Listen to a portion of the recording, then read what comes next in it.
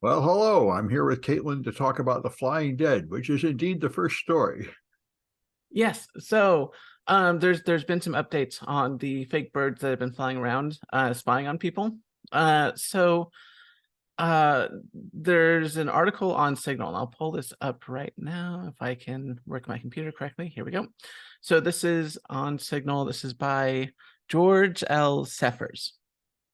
And so there are these bird drones that are completely fake that are basically made from cadavers of real creatures, but they fly around, and they have built-in telemetry and batteries and everything like that, and it's used for surveillance. And they're being upgraded with 5G capabilities and AI. So the birds that are not real now have artificial intelligence, edge computing power, and 5G connectivity. I'll just let that sink in for a while. So the birds aren't real guy was right all along. Everyone Absolutely. him. Absolutely. Just like the lab leak theory and Hunter Biden's laptop, they sneered at him, but it's all proven right later. Yes, that's absolutely true. So they replaced the insides of these birds are replaced by electronics and or motors, I should say. And this research has been going on for a while, but this is the first time that they've started incorporating 5G, which is a huge improvement because 5G, of course, was endorsed by the government for these military projects. Well, you know what I've been waiting for a long time is the drone the size of a mosquito that injects you with one drop of poison, because I think that would be unstoppable. That would be unstoppable. We don't have that technology yet. There are ways to kill people at a distance. It seems like it shouldn't be out of reach. I mean, how hard would it be to scale down a drone by like a factor of 10 or 50? Is it really that hard? Battery power, Sam. Well, I wonder. You're right, but you wouldn't really need a lot of range. If you could get like 100 feet of range, that would be enough to like kill a political candidate at a rally or something. And it just seems like it would be the replacement for 90% of snipers. Or you could just use a sniper. I mean, well, you can, but those guys have to be highly skilled, and this anyway. I'm sure the operators of such a device would also have to be highly skilled. I wonder. Anyway, I was reading an article, by the way, and they said that in warfare, I think in Israel and Gaza now, they're using hobbyist drones because they are so cheap, and you can just stick like a hand grenade on them and have a really devastating weapon that's really hard to stop with just ordinary commercial quadcopters that cost like $2,000 each. Oh, not even that. You can do it with like $100, $200 quadcopters. Now, the problem with those is that they're not military grade, so they're easily jammed. Real expensive quadcopters will use like sped spectrum, signal reception. So it's much harder to jam. Now, the problem, of course, you run into is that as consumer technology improves, we start getting into the problem of things that you can buy could potentially become weapons. Yeah. So, for example, this already happened with 3D printers and people printing guns from their printers, which is a problem. And there's no easy way to stop it because 3D printers obviously have a good use and people should be 3D printing. And you can't just like stop people from printing guns. I mean, I don't know how that would, yeah. At this point, gun control in America seems like locking the door after the horse is bolted. There's already like more AK-47 or whatever those things are than there are humans. So I think for the next 30 years, there's no hope of lowering the number of guns down to any reasonable level, no matter what you do. Right. And as technology progresses, this is going to become a bigger issue because so right now, you cannot download the specifications or schematics to build, say, the SLS. Why? That is ITAR data, meaning it is considered a weapon. And that is absolutely true. The space station? No, SLS, the Space Launch System. Oh, okay. Didn't know what the rocket, the giant rocket. Oh, well, sure. You could put a missile on that, I guess. It doesn't, you don't even have to put a missile on it at all. It in of itself is a highly explosive device. Wow. You can launch it, aim it at a city. You don't have to do anything else to it. It will cause massive damage. Okay. Now, okay, that's a rocket. That would require millions of dollars to build. And so, that you can keep that away from people. But what happens when the technology advances so that the average person can go into space? Yeah. All of a sudden, everything, there's no such thing as a safe spaceship. There's so much energy involved that every spaceship is a weapon. How do you keep one crazy person, from crashing their spaceship into this? So there was this Star Wars movie. I think it was like episode, let's see, 4, 5. I think it was episode 8, where they had one of the Star Wars ships. They were out of options, so the captain turned it around, pointed it at the bad guy's ship, and just put it full throttle, and it just blew everything up. And I know people in the audience or people viewing it, the Star Wars fans, they were like, "What? You can't do that. That's terrible." But because I have a science background, I'm like, dude, that's exactly what you would do if you had a spaceship. You want to blow stuff up. That has so much energy. You just aim it at whatever you want to blow up and just go. It will be a huge explosion. That's exactly what you do. And you don't even need to like aim your spaceship and turn it on and ram something. If you get just a giant rock from space and just drag it towards Earth and just let it go, that could level an entire city. Yep. That's a science fiction staple, just dropping rocks from the sky and using them as atomic bombs, which is essentially what they are. Exactly. So, moving forward, as technology progresses, we're going to have to find ways to protect the populace from people who get a hold of, that one crazy person, because eventually it's going to get to the point where one person could blow up the Earth. Well, yeah. I mean, now that everybody in America has their own machine gun, essentially, the next thing they'll each want is their own nuke. Yep. Yeah. All right. Well, anyway, like I said, you don't even need a nuke. If you have the right technology, you can do it with a spaceship or. Well, I think a nuke is currently cheaper than a spaceship. But anyway, that's true. So I guess I have a lot of government madness. But this, and so now the White House, I can't find the name of this woman there, Ann Neuberger, the Deputy National Security Advisor for Cyber and Emerging Technology, now says 40 nations are going to sign a vow not to pay ransom anymore for ransomware, which she'd been pushing for a while. I think this is nonsense. I think they will sign some pledge, and then when they get hit by ransomware, they will just break it and lie about it and cover it up for the same reason everybody else does. So we'll see. If the whole world would never pay the ransomware, that would be the end of it. But this is about as realistic as telling people not to pay for the hostages that have been kidnapped in various places. People think that's a great idea until it happens to them, and then they change their tune in a hurry. So I guess we'll see what comes of this. But they haven't signed it yet. They're supposedly going to sign a pledge. Now, and maybe the governments will promise not to do it. And maybe that's more sustainable. I don't know. But I know in America, like the FBI, I think paid a ransom. Police departments paid a ransom after telling everybody else not to. This is, I'm not sure if the FBI paid a ransom, but I think they did. Anyway, we'll see what comes of that. Now let's go back to you. You have the best place to be a vampire. I did not understand this article. You'll have to explain this to me. Okay, so CBS News Pittsburgh, aka KDKA, has an article written by Michael Guys. And it turns out that Pittsburgh is among the best cities in the United States if you are a vampire. And so I'm already having some problems with this. So Lawn Love, which apparently is a report on various different cities and ranking them and stuff like that, says that Pittsburgh is one of the best cities if you are a vampire. It gets very little amount of sunshine over the year, and there are lots of blood banks throughout the city. And so this was ranked against 500 big cities in the United States. Pittsburgh came out on top for vampires. That's the criteria. No sunlight and lots of blood banks. Yes. And well, Pittsburgh is also a very good city for ghosts, apparently. And what is it that ghosts need?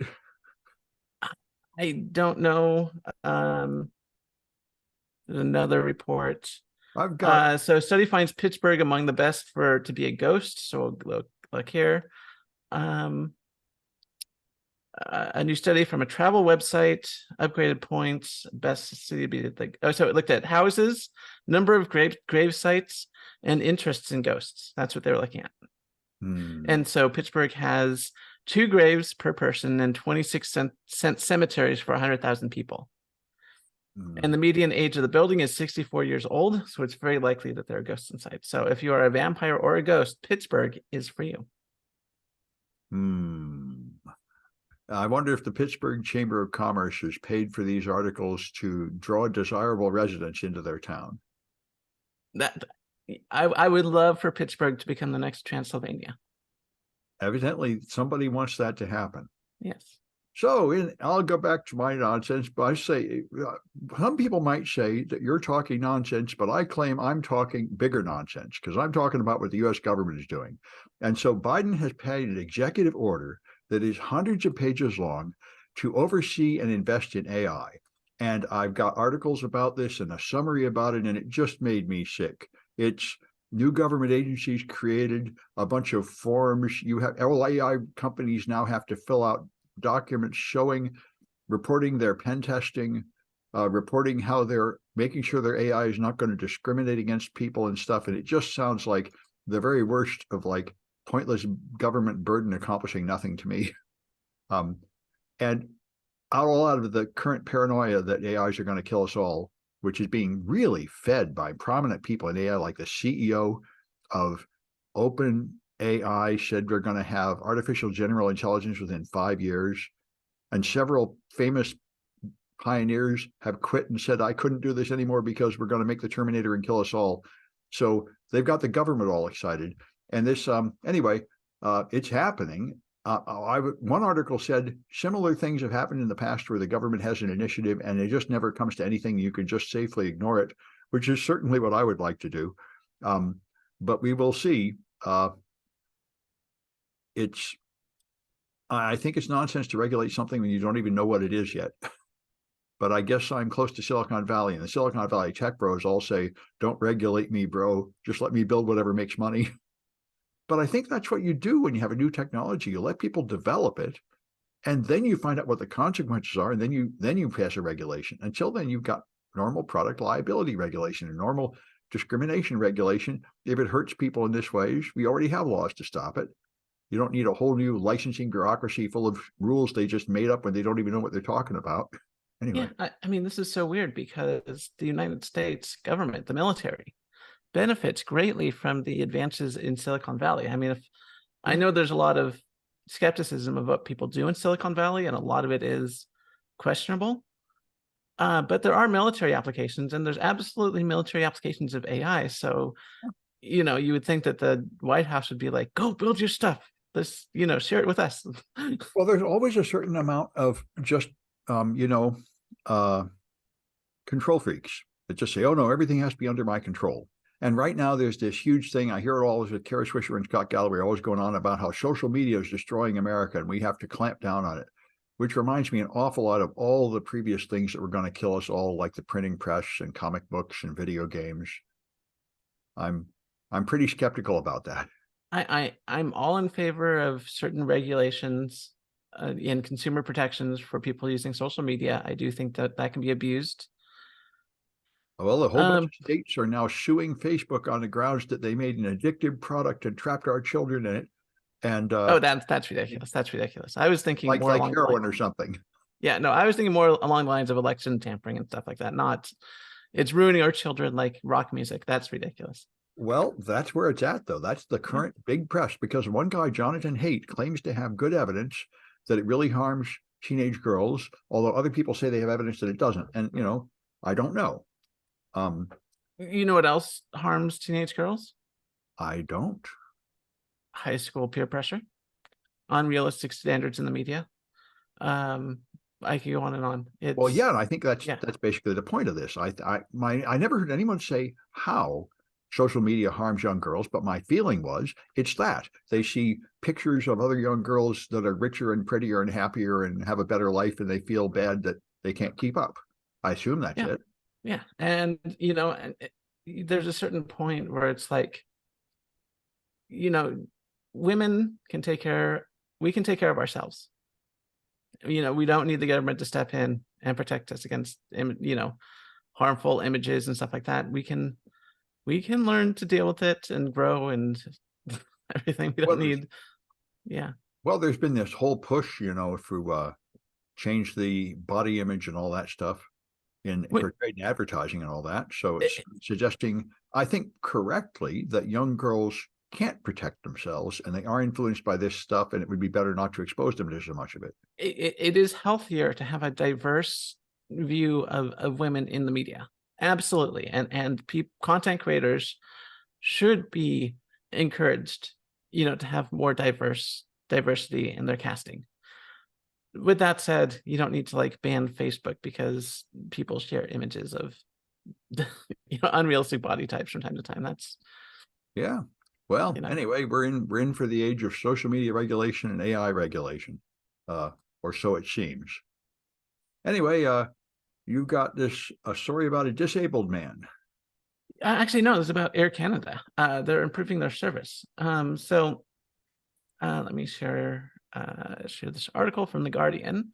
Mm-hmm. So The Guardian has this article written by, if I want to give them credit, Leyland Seco, I think, or Keiko Seco. Anyway, so Air Canada, known for their late takeoffs and inhospitable services, really did their best to make sure that the airplane someone was on took off right on time. So Air Canada landed at an airport.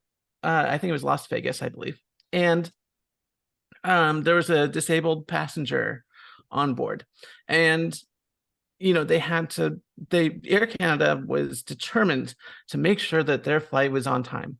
Now, the ground services did not have a wheelchair available. Did not have a wheelchair available. So instead of delaying the aircraft by a few minutes to find a suitable replacement, they forced the man who was paralyzed from the waist down to crawl on the floor out of the aircraft and have everyone laugh and mock at him. So really, Air Canada, I mean, they were staring at him and everything. So, Air Canada is really improving their customer service here. And you know what, they, obviously this person, took a bit of effort to get off the plane. So they didn't have to get the wheelchair after all. So they compensated this person with a $2,000 voucher after making him endure, all that. So, Air Canada is really sort of improving and making themselves stand out from the rest. That's kind of incredible. I would think you would get sued, and I would think the people standing by would offer to help. That's what I would do. I mean, this is amazing. Well, let's see. So I'll just quote the article. He said, when the attendant said Hodgkin would have to pull himself off the plane alone, the couple at first thought she was joking, but she repeated the request.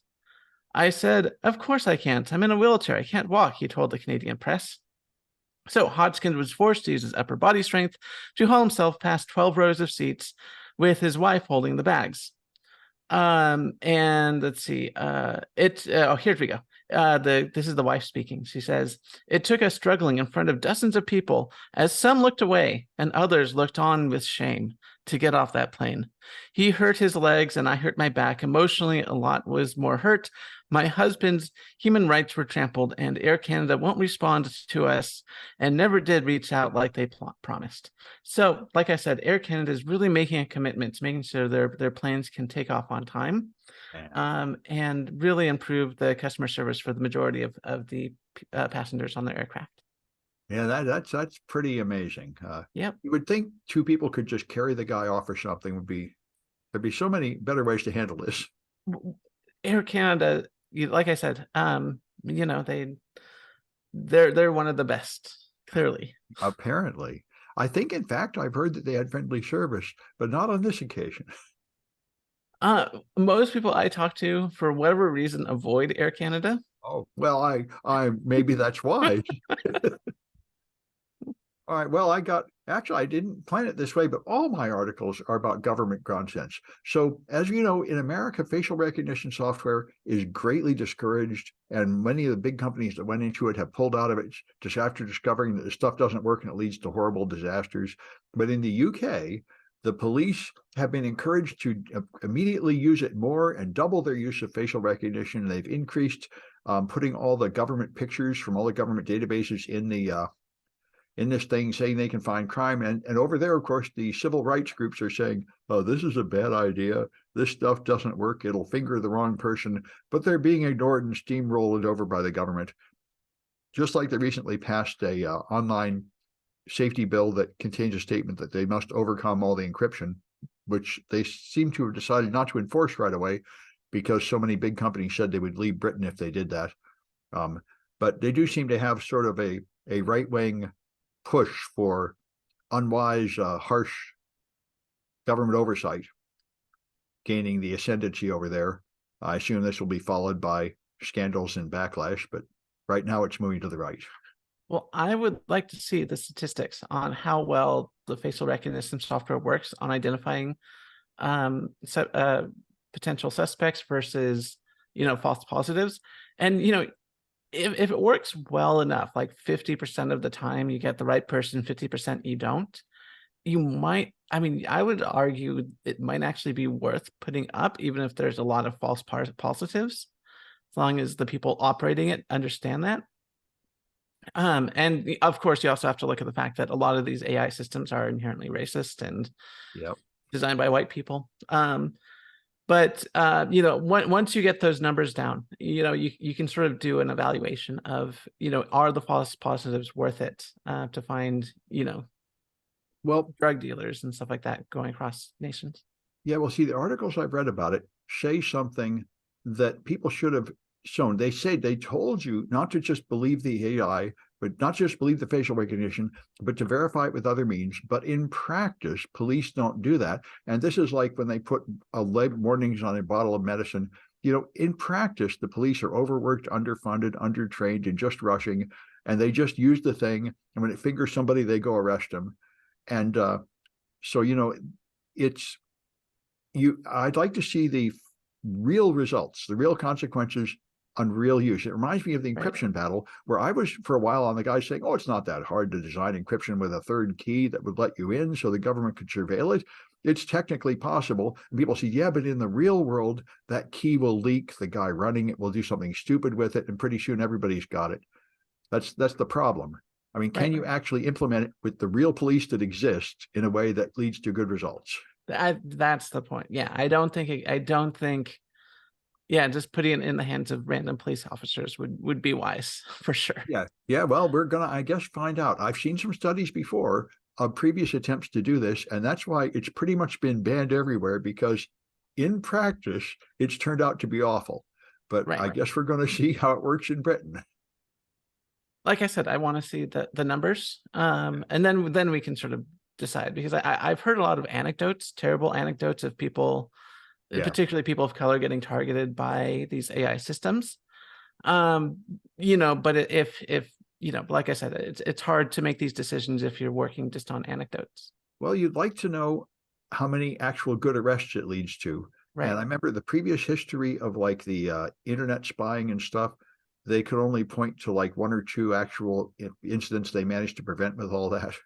Yeah. So it's, I think the civil libertarians tend to be right here, saying these government wants to spy on everything. And when you actually say, what good did you actually do with that? They come up empty. Right. Yeah. Anyway, all right, that's it for this one. I'll have another one on Friday.